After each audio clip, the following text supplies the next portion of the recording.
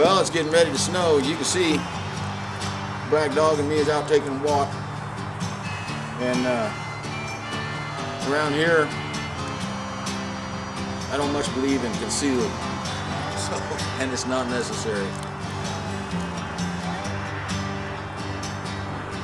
The weatherman says we're going to get 3 to 6 inches, so it's kind of cool. We're going to take this inside, I think. Come on, let's go.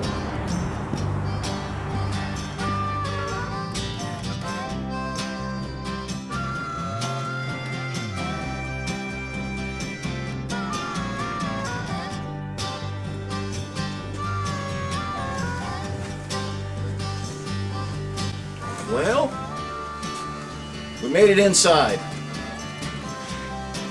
Greetings and salutations, everybody. This is Randy with Ragamuffinpiper. Where is my coffee? There it is. Yeah, it's going to get ugly outside for the next few days. I think winter is going to show its head here. We're supposed to be down at 0 degrees by next week.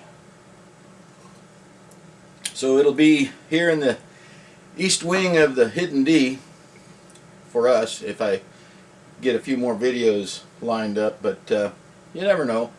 I'll take you outside and show you the winter wonderland.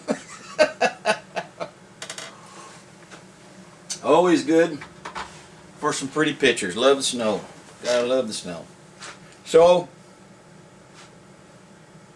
first things first, I guess, is the ragamuffinpiper. Pretty pipe. It is a pretty pipe. Smokes wonderful, and it's got some ragamuffinpiper porch thyme in there. My blend.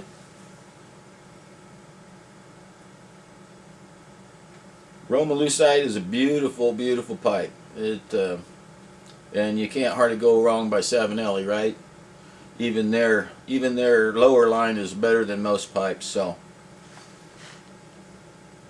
absolutely. So I got a couple of comments over the last week or so since Mrs. Ragamuffinpiper showed up for our little Christmas wish for you, and they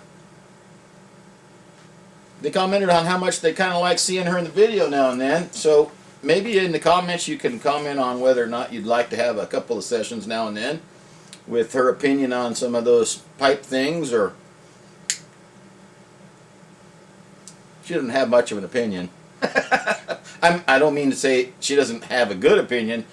She just doesn't share one. Unless it's bad. There are some tobaccos that she doesn't care for at all. And I don't think she's in love with any of them. But she tolerates some better than others, which is one of the reasons I came up with this mixture here. It has a good room note. It's not, it isn't offensive at all. I suppose it's still smoke, to quote her, but it tastes good to me and it smells tolerable to others. So it's a good out public smoke. So here we are in January. There's a lot of resolutions and there's a lot of things that are starting anew, and decisions to move forward. And what I haven't heard a lot about is letting go. And so I'm not going to read you anything. I'm not going to quote you anything today. We're just a short little discussion here about letting some things go. I used to have an employee who stayed mad about things for months and months and months after they happened, and it never seemed to do them any good, and it never seemed to affect the person that had made them mad. It just made them miserable. And it's hard for me to think about moving forward with your life, starting something new and wanting to see improvements or positive things happening, knowing that you're still hanging on to things that happened to you in the past. I don't forget really bad things that happen. I'm not saying to let go of things that make you wiser, but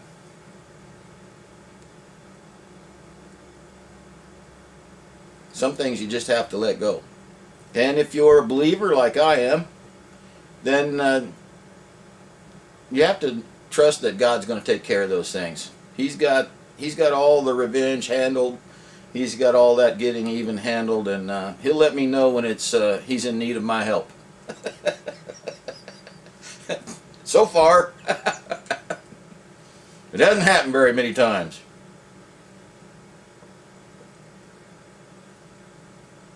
It hadn't happened. You know, some people, they look for a sign so long that they miss the whole point of what God's trying to do in their life. You know, there's an old story, and I'm sure you've heard it a million times, but there's an old story of a guy whose house got surrounded by floodwaters, and he was out on the porch, and a boat came up, and the guy tried to give him a ride. He said, "Let me take you to safety." He says, "No thanks, no thanks."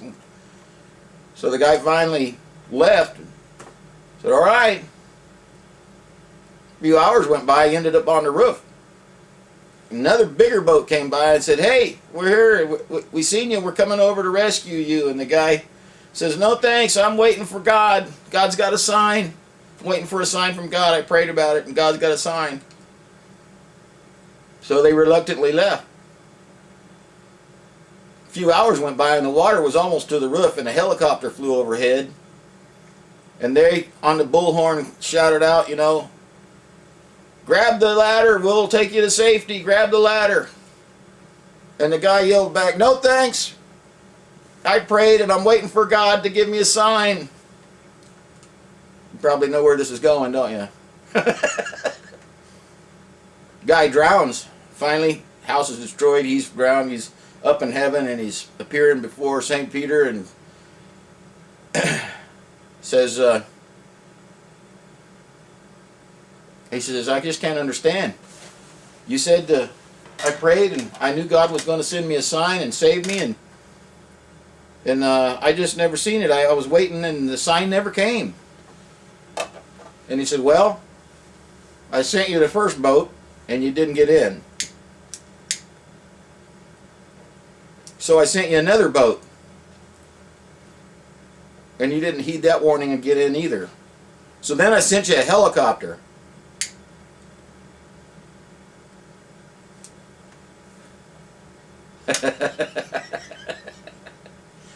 Sometimes God's signs are all around you. Sometimes the sign to move on is all around you, and we just don't want, it's not our version of the sign we think we're going to get. Don't recognize it, right? We just say, "No thanks. We're waiting on God to do something for us." Meanwhile, He's doing it all the time, and we totally miss it. If you've got a New Year's resolution, which I don't know that I do, or I really don't believe in just using New Year's for a time of renewal. I think that comes all year long sometimes for me. But if you are, or if you find yourself in a place of renewal or resolution to do something better, don't keep looking back. Don't keep looking back at your failure. Don't keep looking back at other people's failure. My lips aren't working too well. I have them on loan, and I should file a complaint, I think. Listen, don't spend your time looking for a sign when God's got them all around you, and don't spend your time looking back at what other people have done, what you've done, what you haven't done. Forward. God's grace works when we go forward. His grace, His mercy, His forgiveness, that all depends on us moving forward, doing something better, setting our sights higher. I'll tell you when we sabotage it. When we sabotage it when we look back all the time. And we listen really to the devil when he says, but you did this, but they did this, and you listen to it. And I do too. Speaking to myself here. So in 2024, let's move forward. I always tell you guys to make it the best day yet, and that's why I say that, because sometimes we have to let go of what we've done or what's been done to us and move forward. And that's how we make today the best day yet, and tomorrow the best day yet. We move forward, we don't look back. Yep.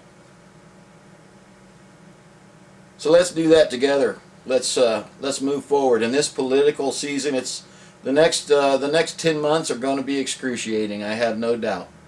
I have no doubt.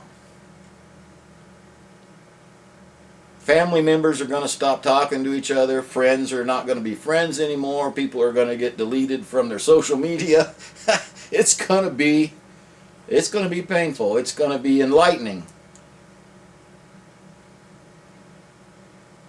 It's going to be a little bit sad.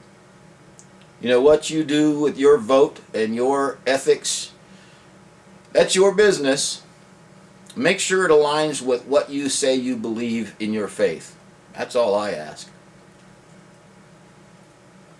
I don't think we'll find a perfect person to vote for. I just don't think we will. So, you got to judge the people you're putting into leadership by their actions, I suppose. What are they capable of? What have they done? What have they proven they can do? And forgive them for the rest, I guess.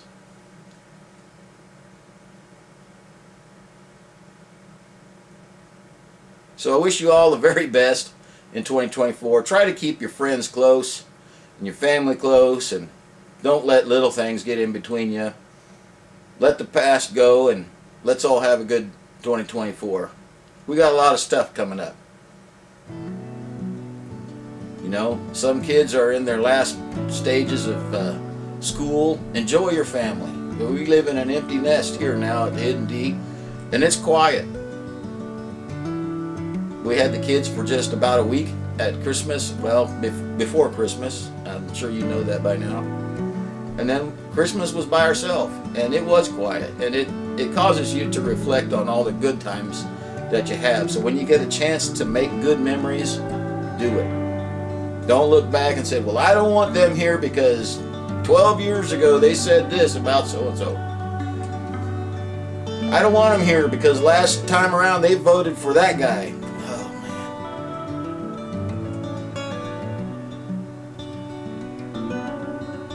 You know, this time next year they may not be here. Heck, this time next year I might not be here. You might not be here. So many things that aren't worth it.